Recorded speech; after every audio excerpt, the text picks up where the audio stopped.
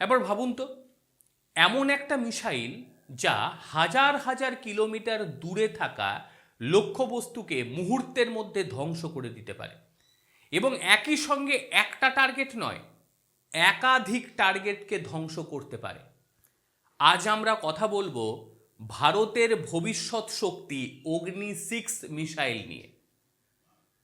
এই মিসাইল শুধু ভারতের প্রতিরক্ষা নয়, বরং গোটা বিশ্বের কৌশলগত ভারসাম্যকে বদলে দিতে পারে। ICBM intercontinental ballistic missile.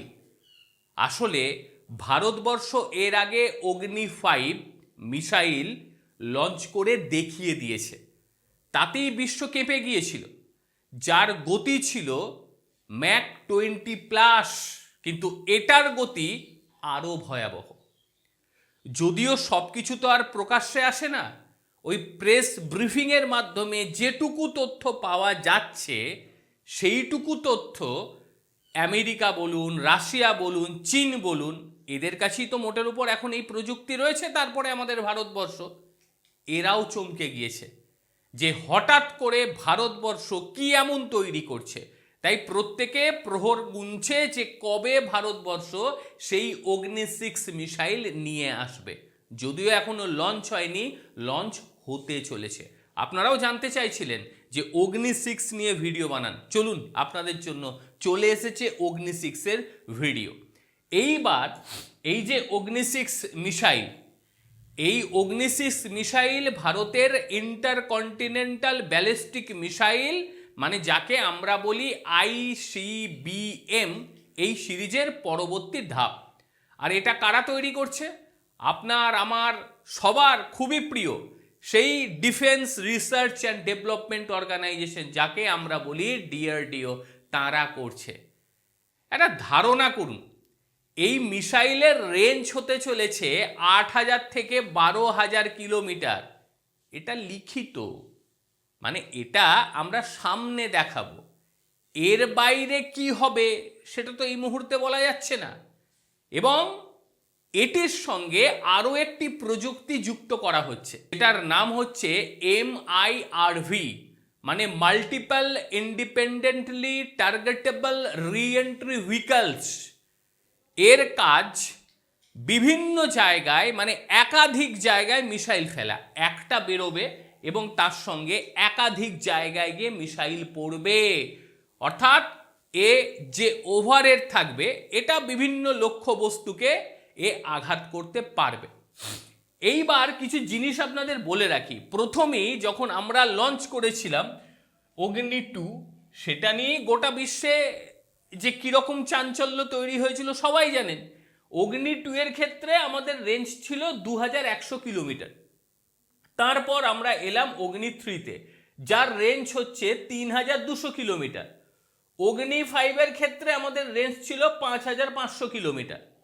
এবং তারপরই আসছি অগ্নি-6, যার রেঞ্জ আপাত দৃষ্টিতে বলা হচ্ছে 10 থেকে 12,000 কিলোমিটার। এই একটা পরিস্থিতি হয়ে রয়েছে ভারতের মধ্যে। এবং এই যে অগ্নি-6, এর কয়েকটি বৈশিষ্ট্য সামনে উঠে এসেছে। আমি কিন্তু সবটা মন গড়িয়ে বলছি না, যেটুকু প্রেস ব্রিফিং হয়েছে সেইটুকু দিয়েই আপনাদের বোঝানোর চেষ্টা করছি। এমনটি ভাবার কোনো উপায় নেই যে আমি গোপন তথ্য ফাঁস করে দিচ্ছি। সাধারণ মানুষ, একজন রিপোর্টার, কী বা গোপন তথ্য পেতে পারে? ওই যেটুকু প্রেস ব্রিফ ওইটুকুই। একই সঙ্গে যেটা সামনে আসছে সেটা হচ্ছে এর দীর্ঘ পাল্লা, একটা বিরাট ক্যাপাবিলিটি। যদি সব মিলিয়ে এর রেঞ্জ আমরা দেখি, সেটা হচ্ছে দেখুন 8,000 থেকে 12,000 কিলোমিটার পর্যন্ত। 8,000 থেকে 12,000 কিলোমিটার মানে আপনাকে বুঝে নিতে হবে যে এ ঠিক কতটা এরিয়াকে কভার করতে পারবে। এশিয়া বাদ দিন, ইউরোপের অংশে আঘাত তো হানছেই, তার সঙ্গে আমেরিকাও বাঁচবে না। ঠিকঠাক কাজ করতে পারলে না, তারা খুব পেছনে থেকে বড় বড় লেকচার মারে, তো তাদের ক্ষেত্রেও বাঁচা সম্ভব নয়। এবং যেটা বললাম যে multiple independently targetable re-entry vehicles, যাকে MIRV, এই প্রযুক্তি এখানে থাকছে। এবং এই প্রযুক্তির যেটা সব থেকে বড় বিশেষত্ব হলো সেটা হচ্ছে একই সঙ্গে একাধিক টার্গেটে আঘাত। এর যে ওভারহেড থাকবে সেটা এই রকম থাকবে, দেখুন এই একটা থাকলো, এই একটা থাকলো, সঙ্গে এই একটা থাকলো। যখন পড়বে সে বিভিন্ন জায়গায় আঘাত করতে পারবে, সেই কারণেই এইটা এই ধরনের প্রযুক্তি করা হয়েছে এবং সব মিলিয়ে বলা হচ্ছে এটা সাংঘাতিক একটা পার্ট। এবং এর মধ্যে যে বৈশিষ্ট্যগুলোর কথা আমি বলছিলাম, এর মধ্যে বৈশিষ্ট্য কিন্তু সাংঘাতিক জিনিসগুলো রয়েছে বৈশিষ্ট্যতে দেখতে, সেটা নিয়েই বিশ্ব অবাক হয়ে গিয়েছে। প্রথমত দেখুন এর মধ্যে যেটা রয়েছে সেটা হচ্ছে দীর্ঘ পাল্লা। এর পাল্লা কিন্তু দীর্ঘ, কারণ এ কত দূর যেতে পারে একটু আগেই আপনাদের বললাম, মানে পৃথিবীর এক প্রান্ত থেকে পৃথিবীর আর এক প্রান্তে যাওয়ার ক্ষমতা রাখে। 12,000 কিলোমিটারটা তো মুখের কথা নয়, একটা বিরাট এরিয়া।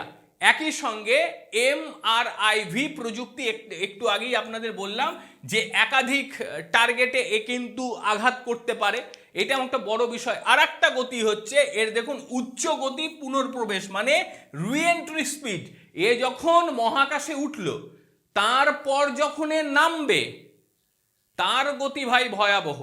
সেই গতি মানে আমাদের ভূপৃষ্ঠে এমন কোনো প্রতিরোধ ব্যবস্থা নেই যে তাকে রুখতে পারবে। আমি প্রতিদিনই কম বেশি বলি, ভারতকে এত পিছিয়ে পড়া ভাবার কোনো অবকাশ নেই। এ যে গতিতে নামবে, একটু আগেই বললাম একদম ম্যাক 20+, সেই গতি রোধ করার মতন পৃথিবীতে কিছু আবিষ্কার হয়নি, ভয়ঙ্কর অবস্থার মধ্যে পৌঁছে যেতে পারে। এবং আরেকটি যেটা বড় বিষয় সেটা হচ্ছে সাবমেরিন থেকেও এটাকে লঞ্চ করা সম্ভব। সাবমেরিন থেকে লঞ্চ করা হলে যেটা হবে সেটা হচ্ছে একেবারে হঠাৎ করে উঠবে সমুদ্রের মধ্যে থেকে, হঠাৎ, মানে কেউ বুঝে ওঠার আগেই এইটা ফ্ল্যাশ করে দেবে এবং সঙ্গে সঙ্গে সেটা মহাকাশে চলে যাবে, তারপর নিজের টার্গেটকে খুঁজে নিয়ে সেইখানে টুক করে পড়ে যাবে, বাস গল্প শেষ। এবং পরবর্তী সেটা হচ্ছে সেকেন্ড স্ট্রাইক ক্যাপাবিলিটি এর মধ্যে রয়েছে।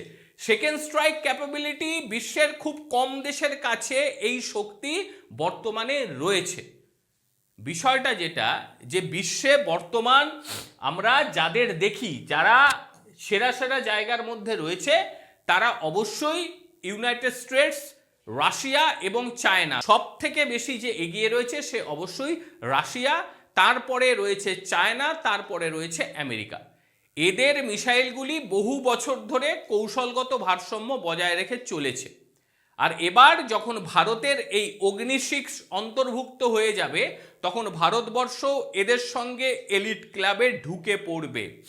এবার আমাদের যে অগ্নি-6, এই অগ্নি-6 যে মানে শুধুমাত্র একটা মিসাইল তা তো নয়, এটি বৈষয়িক রাজনীতিতে বড় পরিবর্তন আনতে পারে।